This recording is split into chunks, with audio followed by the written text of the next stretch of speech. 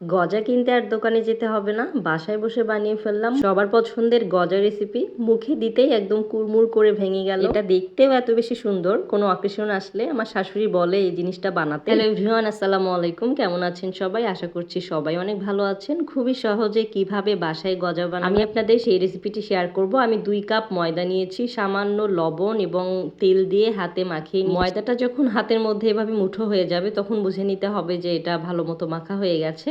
এবারে নর্মাল পানি দিয়ে একটু একটু করে সুন্দর মতো মথে নিতে হবে। হলুদের অনুষ্ঠানে এই জিনিসটা ডেকোরেশন করলে খুবই সুন্দর লাগে। আমার শাশুড়ি তো কোনো অকেশন আসলেই বলে যে এটা বানাও, এটা দেখতে অনেক বেশি ভালো লাগে। তো আমি আমার ময়দাটাকে খুব সুন্দর মতো হাতে ডলে নিয়েছি। এখন আমি 30 মিনিটের জন্য এটাকে রেস্টে রেখে দেবো। 30 মিনিটের জন্য রেখে দিলেও আমি চলে আসলাম 1 ঘন্টা পর। তো আমি সবকিছু রেডি করে নিচ্ছি বানানোর জন্য। আগে তো ছোটবেলায় মেলায় এরকম খাজা গজা এই জিনিসগুলো পাওয়া যেত, এখন সেভাবে পাওয়া যায় না। মাঝে মাঝে খেতে ইচ্ছে করলে আমার রেসিপি দেখে খুব সহজেই বানিয়ে নিতে পারবেন। তো শাড়ি পরে কাজ করতে কিন্তু আমার খুবই ভালো লাগে। যদিও একটু ঝামেলা হয়, কিন্তু নিজের ভালো লাগাকে অবশ্যই গুরুত্ব দিতে হবে। বয়স পার হয়ে গেলে তখন আর শাড়িও পরতে ইচ্ছা করবে না। আমার মতো শাড়ি পরতে কার কার ভালো লাগে আমাকে কমেন্ট করে জানাবেন।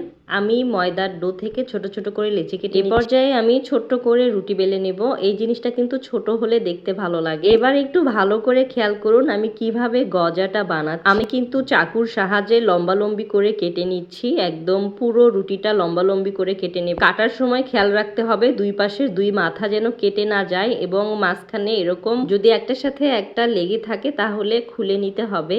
এবার আসল কাজ, রুটির দুই সাইডে ধরে চেপে চেপে ঘুরিয়ে ঘুরিয়ে এভাবে মুড়িয়ে নিতে হবে। তারপর যে জিনিসটা করবেন, রুটিটাকে 2 ভাগ করে একটা মাথা ভিতর দিয়ে ঢুকিয়ে দিতে হবে, তাহলে কিন্তু হয়ে যাবে সুন্দর শেপের গজা। প্রথম অবস্থাতে এটা বানাতে কষ্ট হলেও বানাতে বানাতে দেখবেন যে হাতটা চালু হয়ে গিয়েছে। ভাজার সময় কিন্তু এগুলো আরো বেশি সুন্দর হবে, তখন দেখতে পারবেন যখন আমি ভাজবো। আমি আরো একটা রুটি বানিয়ে আপনাদেরকে দেখাচ্ছি। রুটিগুলো বানানোর ক্ষেত্রে কিন্তু সামান্য একটু আটা ব্যবহার করতে হবে, তেল দিয়ে বানাতে যাবেন না, তাহলে শেপটা নষ্ট হয়ে যাবে, একটার সাথে একটা লেগে যাবে।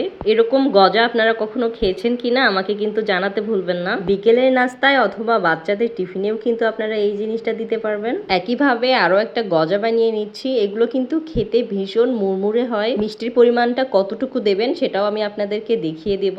আমি একটা একটা করে সবগুলোকে বানিয়ে নিব। আপনারা একটু খেয়াল করে দেখবেন আমি প্রথমবার যে অবস্থায় বানালাম, অনেকদিন পর বানাতে গিয়ে প্রথম অবস্থায় আমার নিজেরই দেরি হচ্ছিল। এদিকে কয়েকটা বানানোর পর আমার হাত কত ফাস্ট হয়ে গিয়েছে দেখেন। তো আমি একটা একটা করে সবগুলোকেই বানিয়ে নেব। সবগুলো বানানো শেষ হলে আমি একটা চুলায় একটা পাতিলে 1 কাপ পরিমাণ চিনি দিয়েছি, 1 কাপ পরিমাণ পানি, একটা দারচিনি, একটা এলাচ দিয়ে আমি জাল দিয়ে নিব শিরাটাকে। অপরদিকে অন্য একটি প্যানে বেশি করে তেল দিয়ে, তেলটা যখন গরম হয়ে যাবে তখন একটা একটা করে গজা দিয়ে লাল লাল করে ভেজে নেব। চেষ্টা করবেন বেশি করে তেলের মধ্যে ভাজার, তাহলে উভয় পাশে সুন্দর মুচমুচে হবে। এরকম যখন লাল লাল হয়ে যাবে তখন উঠিয়ে নিয়ে আমি বাকিগুলো ভেজে নেব। এদিকে আমি শিরাটা নর্মাল আছে জাল দিয়েছি। যখন এরকম ফেনা উঠে আসবে এবং দেখবেন হাত দিয়ে একটু হাতে আঠালো আঠালো মনে হচ্ছে, তখন বুঝে নিতে হবে যে শিরা রেডি। এবং গরম গরম অবস্থাতেই এই যে গজাগুলো দিয়ে ভালো করে নেড়ে চেড়ে এগুলোতে শিরা মাখিয়ে নিতে হবে। আমার কিন্তু একটুও শিরা নষ্ট হয়নি, আমার যতটুকু প্রয়োজন একদম পারফেক্ট ভাবে সবগুলোতে লেগে গেছে। শিরা কিন্তু পাতলা করা যাবে না, আঠালো হলে সবগুলো গজার সাথে সুন্দরভাবে লাগবে এবং অনেক বেশি মুচমুচে হবে। এগুলোকে ঠান্ডা করে একটা এয়ারটাইট বক্সে আপনারা কিন্তু 1 মাস ধরে সংরক্ষণ করতে পারবেন। তো এটাই ছিল আমার আজকের ভিডিও।